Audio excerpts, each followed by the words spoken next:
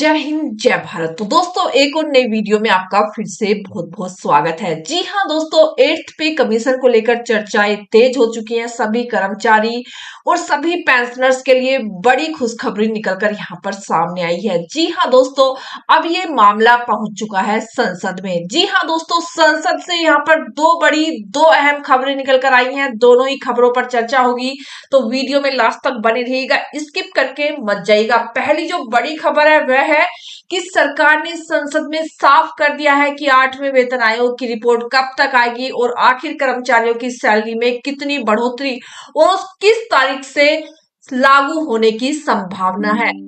क्या वाकई में 1 जनवरी 2026 से एरियर और फिर बढ़ी सकता है या इसी पर और चर्चा करेंगे। जी हाँ दोस्तों, आज की इस वीडियो में बेहद ही महत्वपूर्ण चर्चा होने वाली है आप सभी के लिए। वहीं पर दूसरी बड़ी खबर है फिटमेंट फैक्टर को लेकर।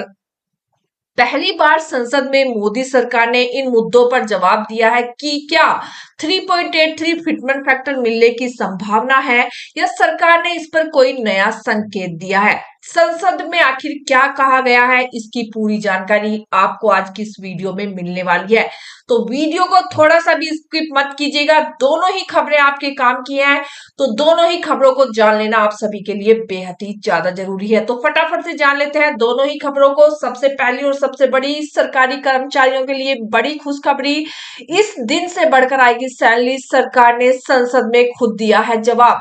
संसद में 8वें वेतन आयोग को लेकर पूछे गए सवालों पर राज्य मंत्री पंकज चौधरी ने बताया कि आयोग का गठन 3 नवंबर 2025 को हुआ था और वह 18 महीने के भीतर अपनी रिपोर्ट सौंपेगा। कर्मचारी संगठन ने रिपोर्ट अप्रैल 2027 तक आने की उम्मीद जताई है, जबकि सिफारिशें 1 जनवरी 2026 से लागू होनी है, इसलिए जल्द रिपोर्ट सौंपने की अपील की गई है।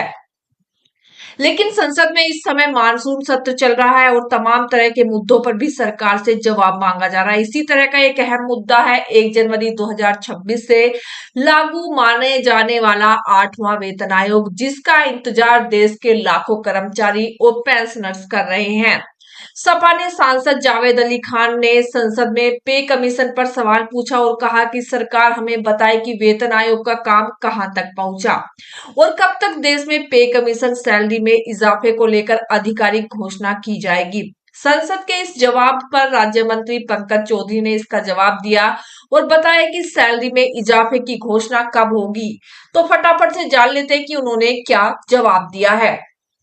पे कमीशन को लेकर क्या सवाल पूछा गया। सपा सांसद ने पत्र लिखकर वित्त मंत्रालय से पूछा कि पे कमीशन का काम कहां तक पहुंचा, अब तक देश में कितने कर्मचारी से वेतन आयोग सुझाव ले चुका है और आखिरकार पे कमीशन अपनी रिपोर्ट कब तक केंद्र सरकार को सौंपने वाला है।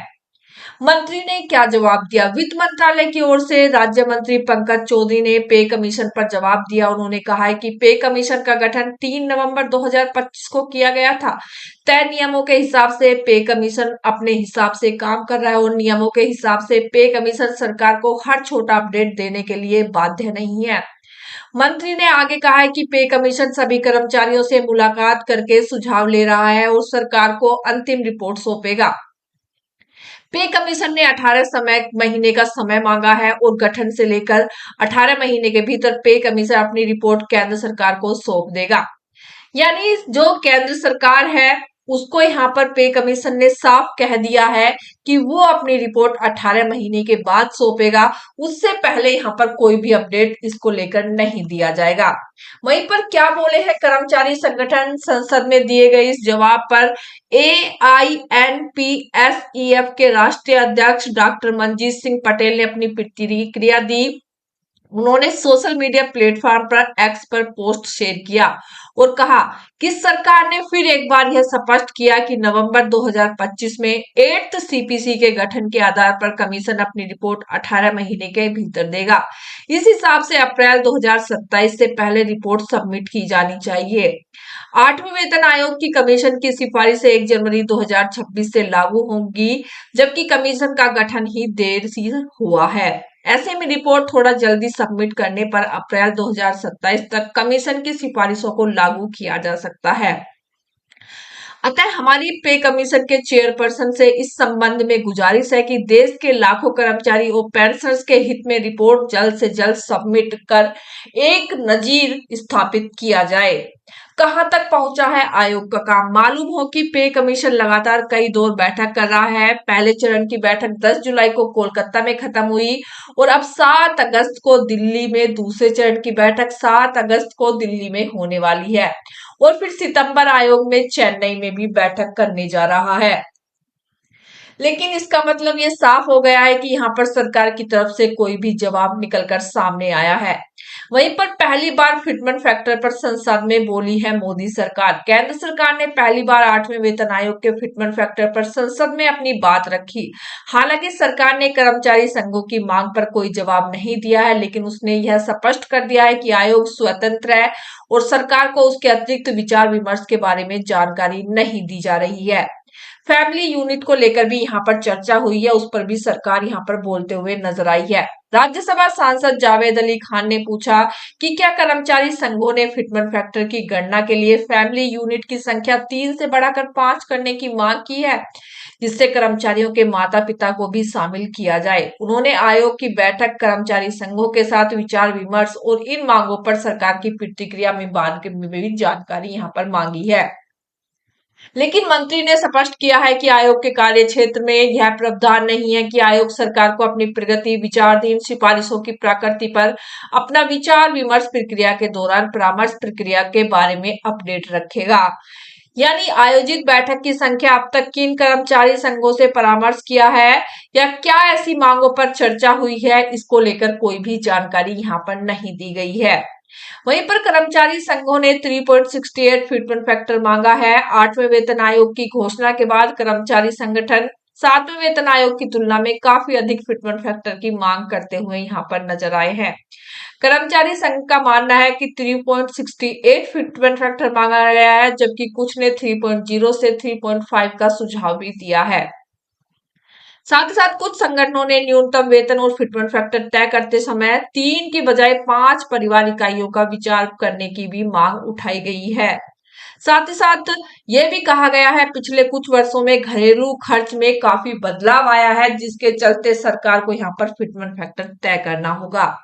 वहीं पर 8वां वेतन आयोग कब देगा अपनी रिपोर्ट? समय सीमा पर सरकार ने स्पष्ट जवाब दिया है। वित्त मंत्रालय के अनुसार 8वां वेतन आयोग गठन के संकल्प में कहा गया है कि सिफारिशें गठन की तारीख से 18 महीने के भीतर प्रस्तुत की जाएंगी।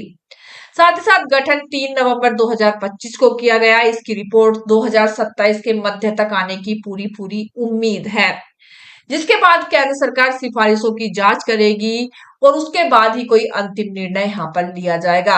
राज्यसभा के जवाब का क्या मतलब है? सरकार ने जवाब में यह स्पष्ट किया कि किस फिटमेंट फैक्टर की सिफारिश की जा सकती है, न ही तो यह पता चलता है कि आयोग ने कर्मचारी संघों के साथ परामर्श किया है और ना ही कोई विशिष्ट प्रस्ताव पर चर्चा की है। हालांकि यह एक बात स्पष्ट करता है कि केंद्र सरकार ने पूरी प्रक्रिया 8वें वेतन आयोग पर छोड़ दी है। केंद्रीय कर्मचारी और पेंशन भोगी की बड़ी संख्या के लिए वेतन संशोधन का स्पष्टता का इंतजार करे। फिटमेंट फैक्टर सबसे बड़ा प्रश्नों में से एक बना हुआ है, जिसको उत्तर अब आयोग की रिपोर्ट आने पर ही मिलेगा। जी हाँ दोस्तों, आयोग की तरफ से अभी कोई भी रिपोर्ट यहाँ पर नहीं दी गई है और आयोग ने ये साफ भी कर दिया है कि सरकार को वो कुछ भी नहीं देगा तब तक 18 महीने का समय नहीं हो जाता। 18 महीने के बाद ही पता चल पाएगा कि आखिर आयोग ने क्या रिपोर्ट जारी की है।